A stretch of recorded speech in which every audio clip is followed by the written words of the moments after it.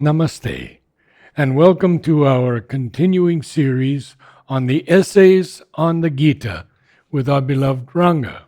We are on my page, page 70, and your page 64, beginning with the line, "But what are the truths of Sankhya?"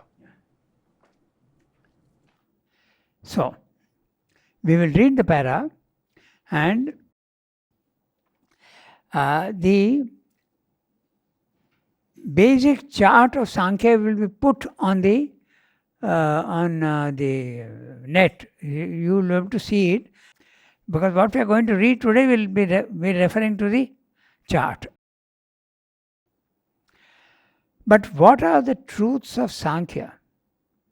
The philosophy drew its name from its analytical process.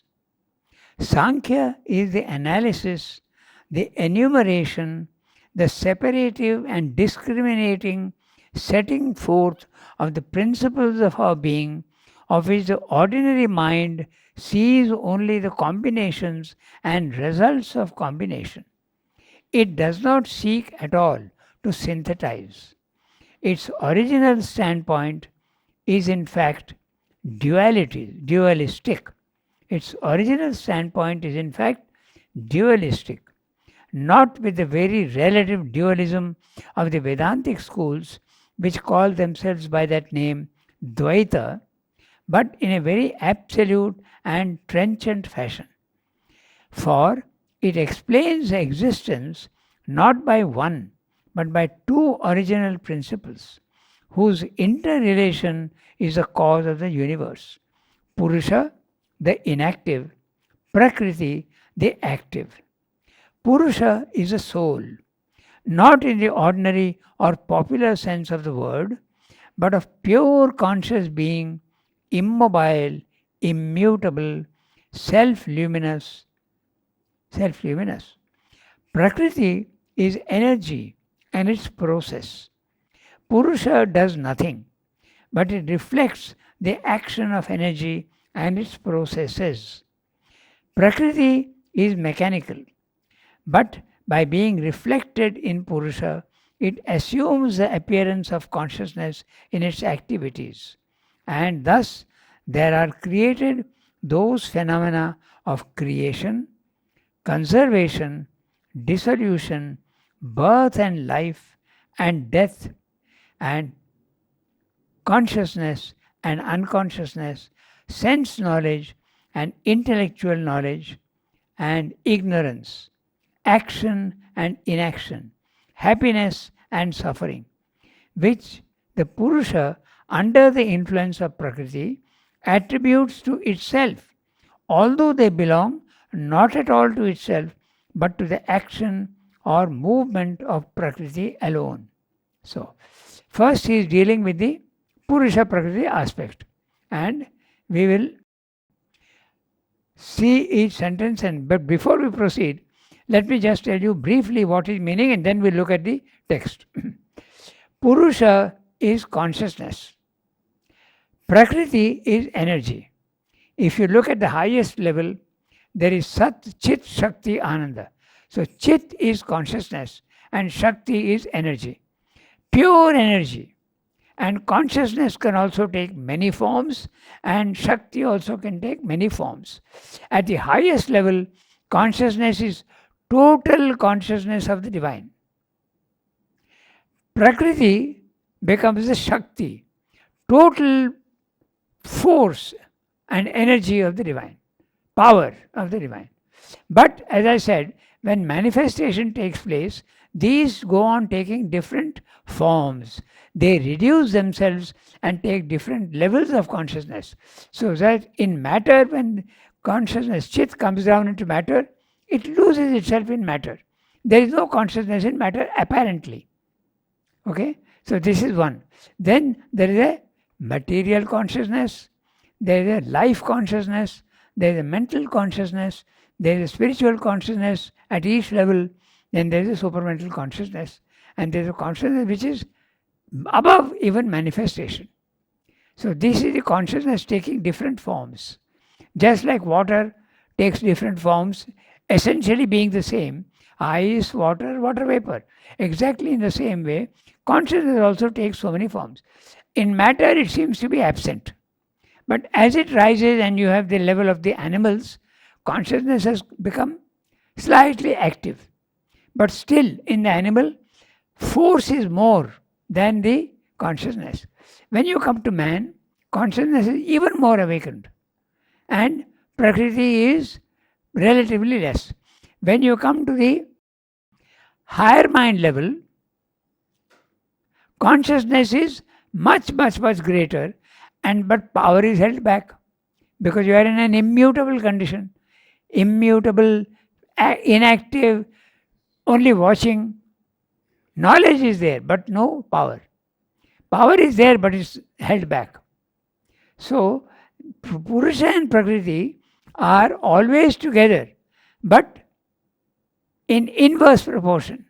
But they are essentially one for Sri Only at the Aurobindo. highest level, At the highest level. and not in the Sankhya philosophy.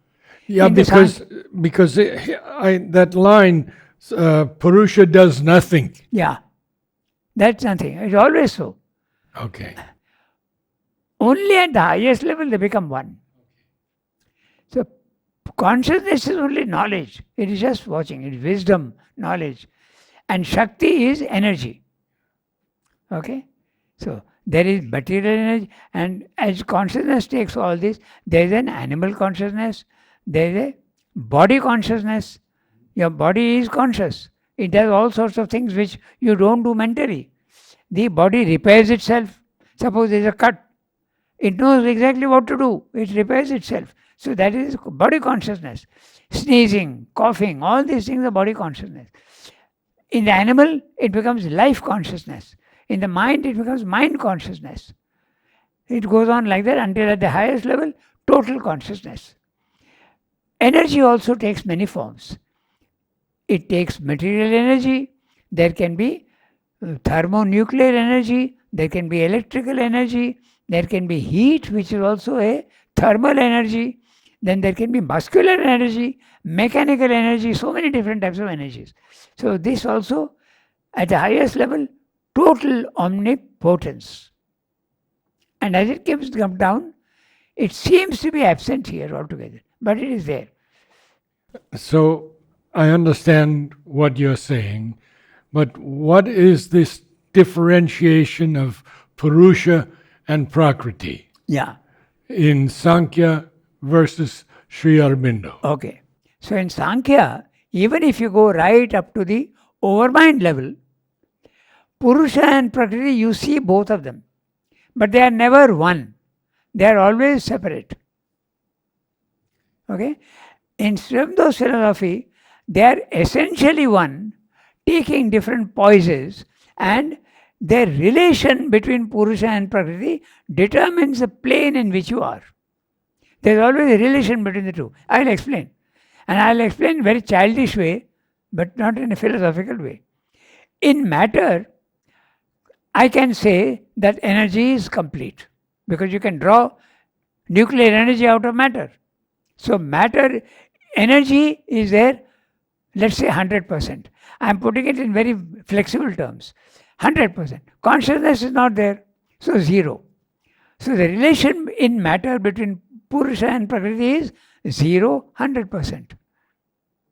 Okay? But it is not really 0 because it is there to a certain extent. So therefore you can say 0.00001 because consciousness can rise.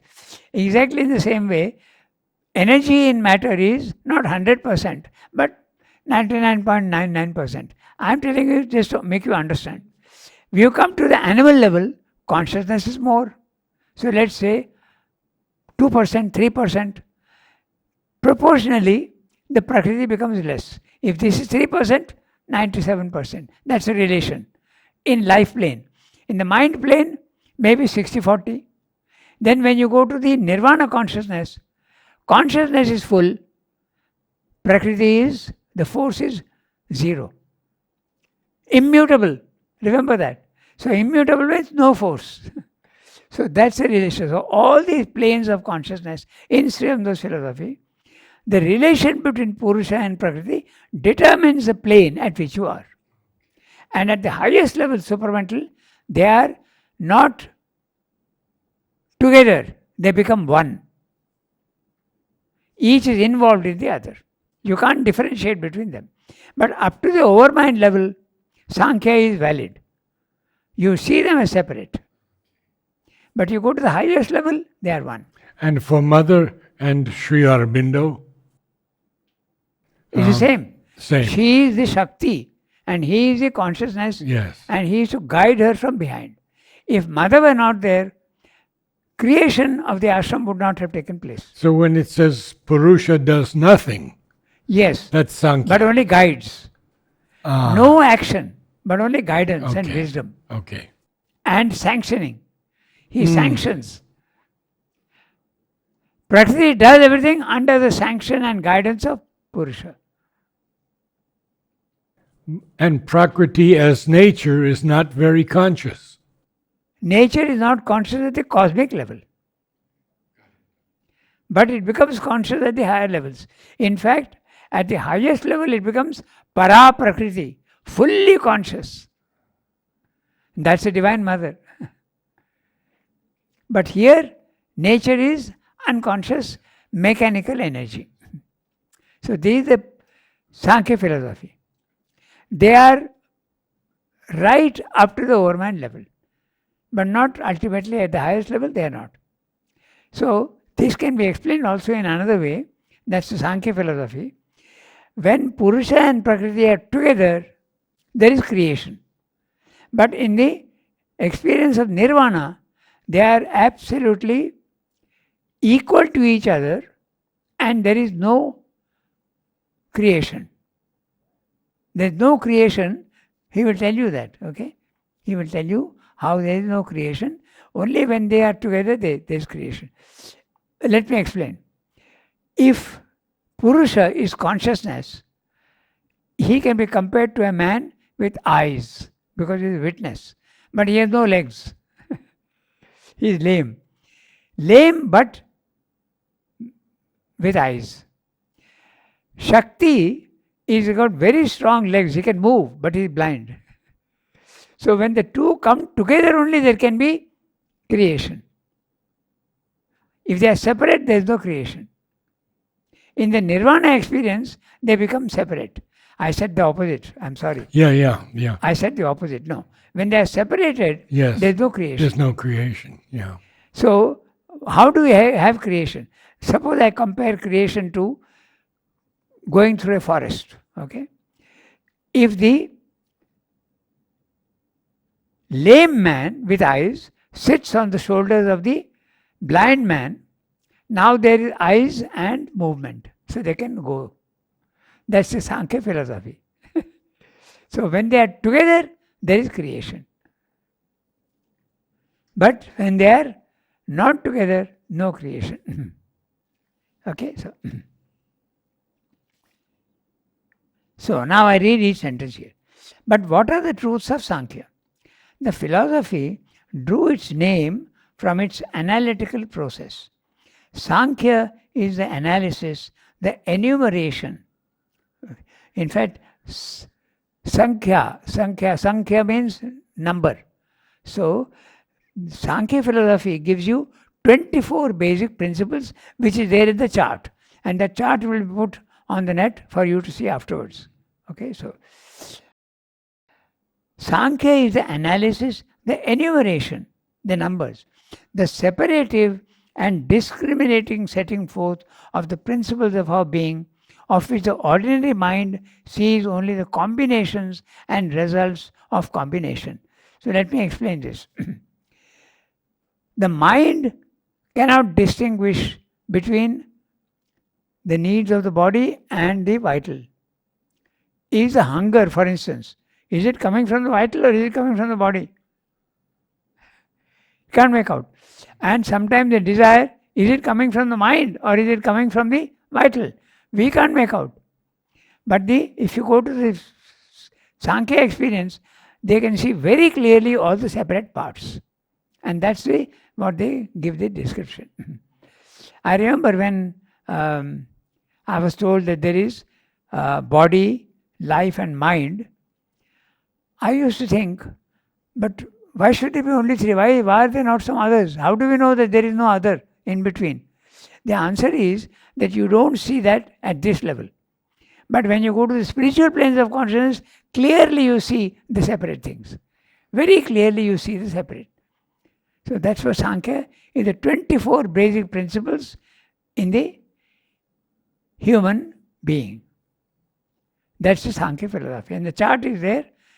We can discuss that the next time. So that is there. So this is what he's saying. The principles of the being with the ordinary mind sees only the combinations and results of combinations. Okay? It did not seek at all to synthesize. It kept them all separately. Its original standpoint is in fact dualistic, not with the very relative dualism of the Vedantic schools, which call themselves by that name Dvaita, but in a very absolute and trenchant fashion. So let me explain this. The Sankhya philosophy is dualistic in the sense that there is Purusha and there is Prakriti, and they are eternally separate. So they are dualistic. Whereas the Advaita philosophy is exactly the opposite. There is only one ultimate reality, and that is Satchidananda. Chit Shakti are one. They may appear to be different in the lower planes, but they are one. So that's the Vedantic philosophy. Okay? So now, there is a dualism in Vedanta also, Dvaita. So what is that? They explain that in this way, that the human soul and the divine soul or the oversoul are essentially the same in Advaita philosophy. Essentially they are the same. There is no difference, essentially. Okay? Whereas the Vishishta Advaita says that no, they can be separate, but they can also be one. That's a special Advaita philosophy. Ramanujam, 400 BC, 400 years before our time. He used to live in the Srirangam, is a town, a temple town on the bank of the Kaveri before you go into cross and go to further south. So Srirangam. So he was there. Even now it is said that his body is preserved with heavy doses of heavy layers of chunam, of lime. His body is preserved. That's what they say. Because he was a saint. So Ramanujam. Then there is the other philosophy of the Dvaita. No, the human soul and the divine soul are eternally separate. They can have a relation with each other. Love is possible, but union is not possible. And that's a third. That's a Dvaita philosophy. So in Advaita, you have three levels. Advaita, no difference, no two, only one. Second level, they are both. There is difference and yet there can be union. You can have a relation with the divine, but you can also become the divine. Ramanuja's theory. Special Advaita. Bheda, Bheda, Bheda. There is a difference and yet there is no difference. That's the philosophy of the Vishishta Advaita. Then you have the Madhvacharya, the Dvaita philosophy. Several have given that philosophy. I think in Maharashtra also there was one person. I think the name of Nimbarka is also given. I'm not 100% sure, but I think he is also there. So in Sankhya, the dualism is between Purusha and Prakriti. But in the Vedanta, it's a individual soul with the divine. The difference, that is the difference between the two. That's what Srimad is saying here. Its original standpoint is in fact dualistic, not with the very relative dualism of the Vedantic schools, which call themselves by that name Dvaita. So there is a difference between the two, but in a very absolute and trenchant fashion. Okay? For it explains existence not by one, but by two original principles. And what are they? Consciousness and force, whose interrelation is the cause of the universe. So when they are together, there is creation. Purusha, the inactive. Consciousness is always inactive. Prakriti, the active. Consciousness and energy. Purusha is a soul, not in the ordinary or popular sense of the word. What is Srindu saying? Because in the West, they don't make a difference between soul, vital, and psychic being. There is a very vague understanding. So, when they say the soul, they mean mainly the vital being. So, not in the popular sense, he's saying. Okay? So, not in the popular sense, but in this special sense. Not in the ordinary popular sense of the word, but a pure conscious being, immobile, immutable, self-luminous. So, that's the self. Okay? Prakriti is energy and its process. Purusha does nothing, but it reflects the action of energy and its processes. Prakriti is mechanical, but by being reflected in Purusha, it assumes the appearance of consciousness in its activities, and thus there are created those phenomena of creation, conservation, dissolution, birth and life, and death. Creation, conservation, dissolution, birth. Birth and life and death. Oh, he has put it like that. Okay. Yeah, it's birth and life and death. Birth and life and death. Consciousness and unconsciousness. Sense knowledge and intellectual knowledge. And ignorance. Action and inaction. Happiness and suffering. Which the Purusha, under the influence of Prakriti, attributes to itself, although they belong not at all to itself, but to the action or movement of Prakriti alone. It will take. That's a difficult one. Yeah. And the word reflected is also challenging. Yeah. So let me explain. It will be a little difficult, but I'll try. Okay. The Purusha in you is your soul. But are you aware of the soul? No. It does not act. What is acting is Purusha, Prakriti. Prakriti, the energy, is acting. It is universal nature which is making your body move, your vital to have emotions, and your mind to have thoughts. But you think that you are thinking, you are having emotions, and you are moving. That is the illusion that we have, that I am doing all these things, because the soul is identified itself with the ego. So, the movements of Prakriti, body movements, vital movements, and mental movements are reflected on the soul. And the soul is identifying itself with ego. And the soul is thinking, I am doing all these things. That's a reflection. That's the reflection. Let me explain another way. Cinematographic image, cinema. Okay? This cinema, the movement and the images that are there are the actions in the physical world. Body moving, emotions in vital, and movement. These are the images. Okay? Falling on the screen, which is white. The screen is not jumping and doing anything. The images are doing that on the screen. Okay? Remove the images, remove the action of Prakriti, body, mind, life, only the screen remains. The screen is the soul, the Purusha. So there is the identification of the screen with the images. So being reflected in Purusha. Yes. And the screen is thinking, I am producing all these images. That's the only way. Okay. And when the soul, the psychic being, separates itself and goes, it realizes that I am only the screen. I am immutable, infinite, featureless. And the action is going on, the images are going on there, down there. I was identifying myself with them, but now I am not identifying myself. Then you realize that the body, mind, life is being activated, energized by universal nature. Mechanical, unconscious movements. That's the relation between Purusha and Prakriti. Okay? When the two are there, as I said, the blind man and the lame man, when they are together, they can cross the forest. Separately, they can't.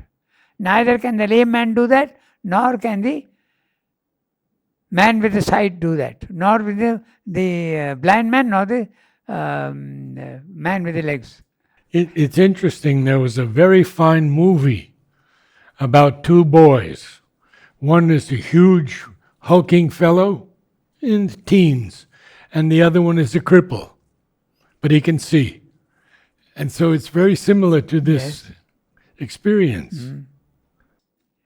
Now, he goes to another aspect of the Sankhya philosophy. So, first he has explained to you the relation between Purusha and Prakriti.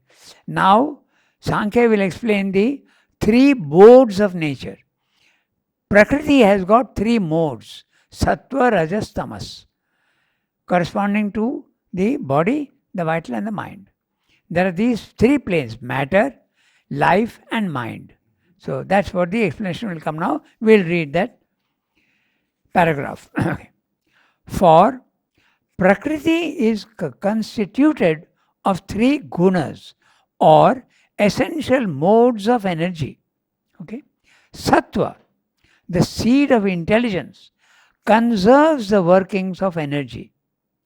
Rajas, the seed of force and action, creates the workings of energy. Tamas, the seed of inertia and non-intelligence, the denial of sattva and rajas, dissolves what they create and conserve. When these three powers of energy of Prakriti are in a state of equilibrium, all is in rest. There is no movement, action or creation, and there is therefore nothing to be reflected in the immutable luminous being of the conscious soul. But when the equilibrium is disturbed, then the three gunas fall into a state of inequality in which they strive with and act upon each other, and the whole inextricable business of ceaseless creation, conservation, and dissolution begins, unrolling the phenomena of the cosmos. This continues so long as the Purusha consents to reflect the disturbance which obscures his eternal nature and attributes to it the nature of Prakriti.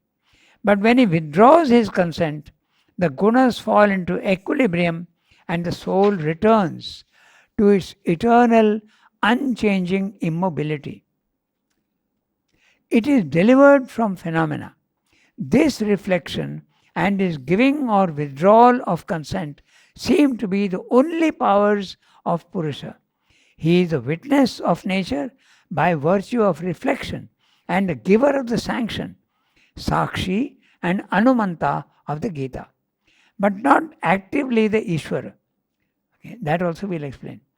Even his giving of consent is passive, and his withdrawing of consent is only another passivity. All action, subjective or objective, is foreign to the soul. Okay? It has neither an active will nor an active intelligence. It cannot therefore be the sole cause of the cosmos, and the affirmation of a second cause becomes necessary.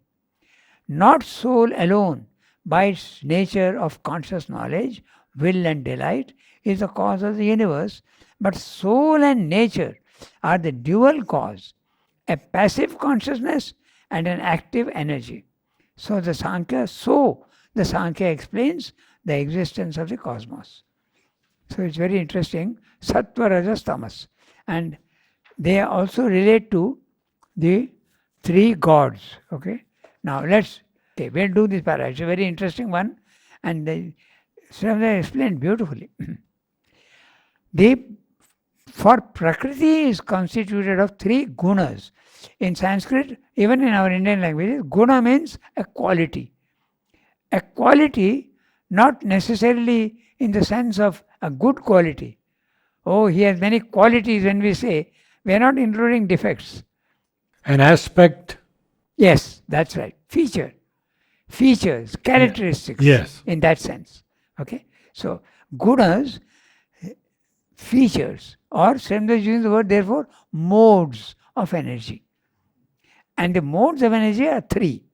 First, sattva, the seed of intelligence, conserves the workings of energy. Conservation. Okay? Next, rajas, the seed of force and action, creates the workings of energy, the movement of energy. One is conserving, the other is creating. And the last one, tamas, is destroying the tamas, the seed of inertia and non-intelligence, stability. So no action, action, and the last one, both but preserves the and conserves the action. Conservation. Is this relative to the three gods? Absolutely, and that's what I'm coming to. See, Brahma is creating, Shiva is destroying, And and Vishnu is preserving. preserving the thing. And this truth is also very interesting because in the physical world, at each moment, not second, 1 millionth of a second, at each instant, there is creation and there is destruction. And we have discussed that once before, but also I will discuss that again. If the destruction takes place a little after the creation, you will be able to see the process of destruction and creation. But if the time lag between the two becomes less and less and less and less, you will not be able to distinguish them. And if they become absolutely one, it's impossible to distinguish the creation and you feel that the world is preserved. It is constant. It is not. It is being created and destroyed at the same time. So what is preserved? Vishnu is preserving. Yes. The movement in the physical world seems to be continuous. That's the preservation. Yes. It's not broken up. It's like the second in a watch. Okay? Between 12 and 1, it goes 5 times. Right? Because totally it goes 60 times. 60 seconds in 1 minute. So the second hand is going every second once. Suppose I create a watch which the hand will be moving at half a second. I create where it is moving at 1/10 of a second, 1 millionth of a second. Then you don't see the jerkiness. You see the smooth movement. And if I reduce that time to 0 between the starting and the ending, then you see the smooth movement like a digital clock. So that is exactly the preservation. So that's what they're explaining here. Sattva, Rajas and Tamas. Sattva corresponds to the intelligence. Okay? The Rajas corresponds to the vital. And Tamas corresponds to the body. It's a darkness and a density. That's what he's saying. Okay? So, when these three powers of the energy of Prakriti are in a state of equilibrium, all is in rest. So, when your soul goes out into the spiritual plane of consciousness, there is rest in the consciousness. There is no action. That's why it is immutable. There is no creation at all there. You're just watching. You have gone beyond the three gunas. You have become trigunatita. If you are in the body, mind, life consciousness, then all of them are unequal to each other. In some, the mind is more intelligent. In some, the vital is more. In some, laziness is more. So there is an inequality and there is action. You are in the physical world of movement. That's the... And the analysis is quite right. It's acceptable. Sankhya is not acceptable beyond the overmind. Okay? So...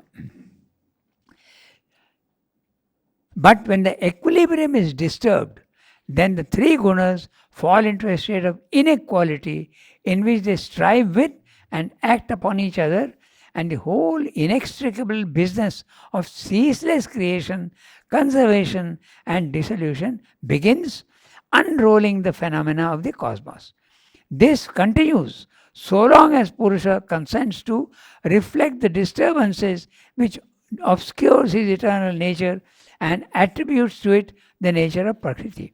What he's saying is, when you are in ignorance, your action will continue. But when the soul decides to separate itself from Prakriti, from body, mind, life, then there is stability and you see yourself separate. There is no creation then for the soul. Okay? So, this continues so long as the Purusha consents to reflect the disturbance which obscures the eternal nature and attributes to the nature of Prakriti. But when he withdraws his consent, this is what happens when the soul escapes from the body, mind, life. It is not wanting to do, it is not willing to be identified with body, mind, life. Withdraws its consent. Okay? The gunas fall into equilibrium and the soul returns to the eternal, unchanging immobility. It is delivered from phenomena. So there is liberation.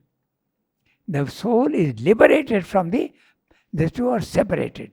And you see yourself as the nirvana experience, this Brahmic consciousness, the self. Immutable, featureless, inactive, silent. And the action is going on all below. That's what he's saying. Okay. This reflection and his giving of or withdrawal of consent seem to be the only powers of Purusha. He is the witness of nature by virtue of reflection and the giver of the sanction. Sakshi and Anumanta of the Gita. We'll discuss it in terms of the levels.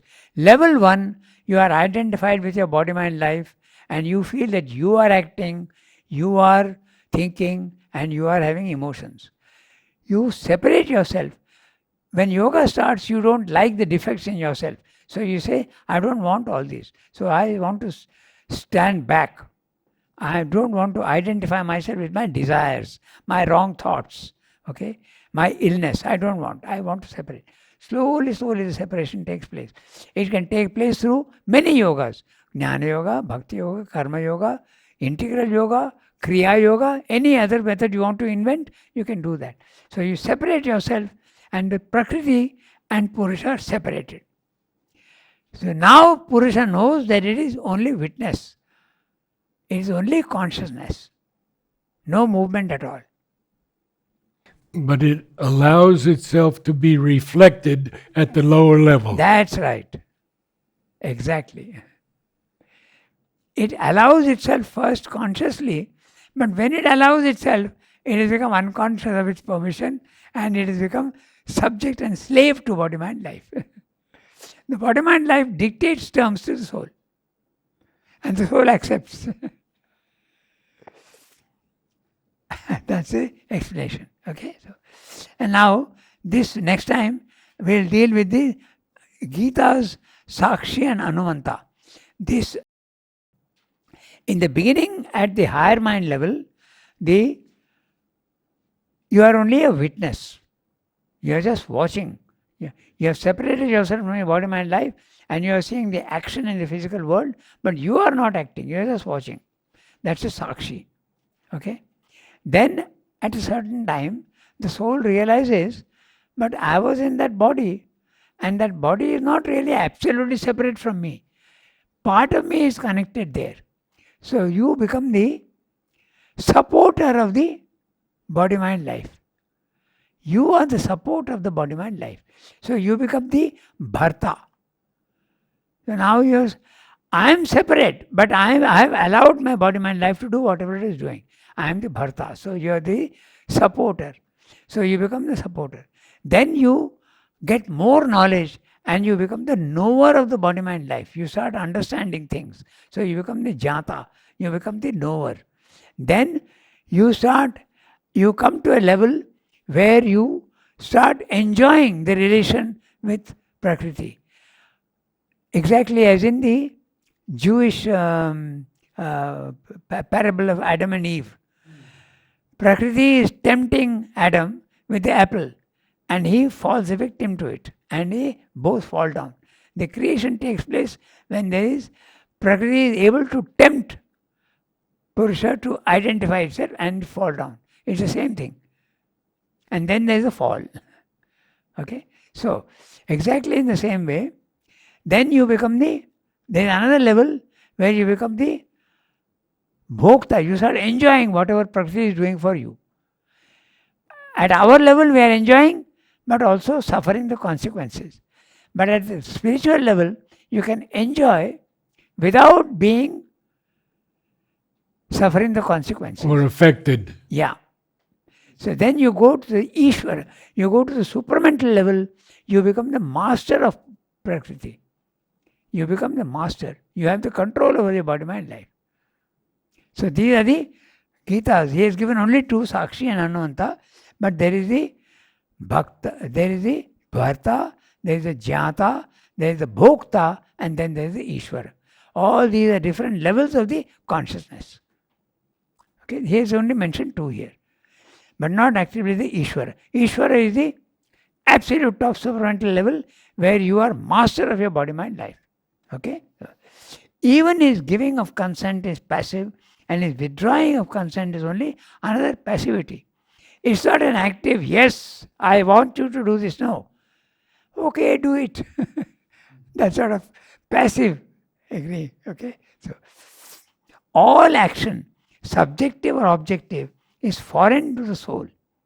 There is no action in the soul. It has neither an active will nor an active intelligence. It cannot therefore be the sole cause of the cosmos. But this is all Sankhya philosophy, not Cerebral philosophy.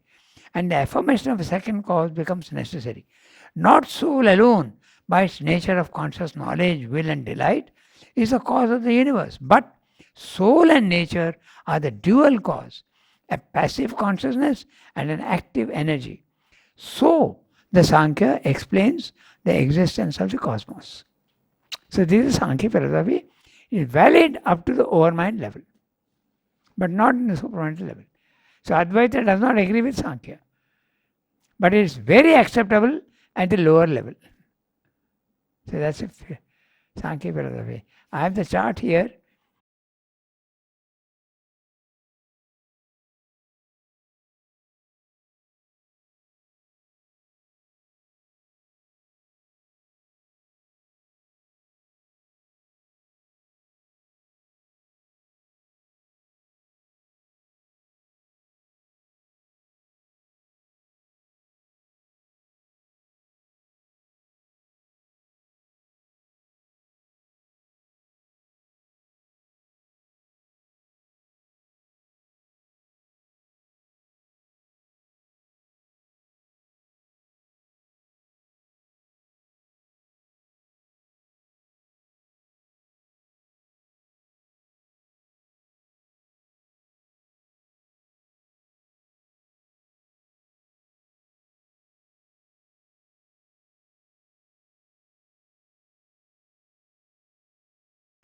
We stop here today.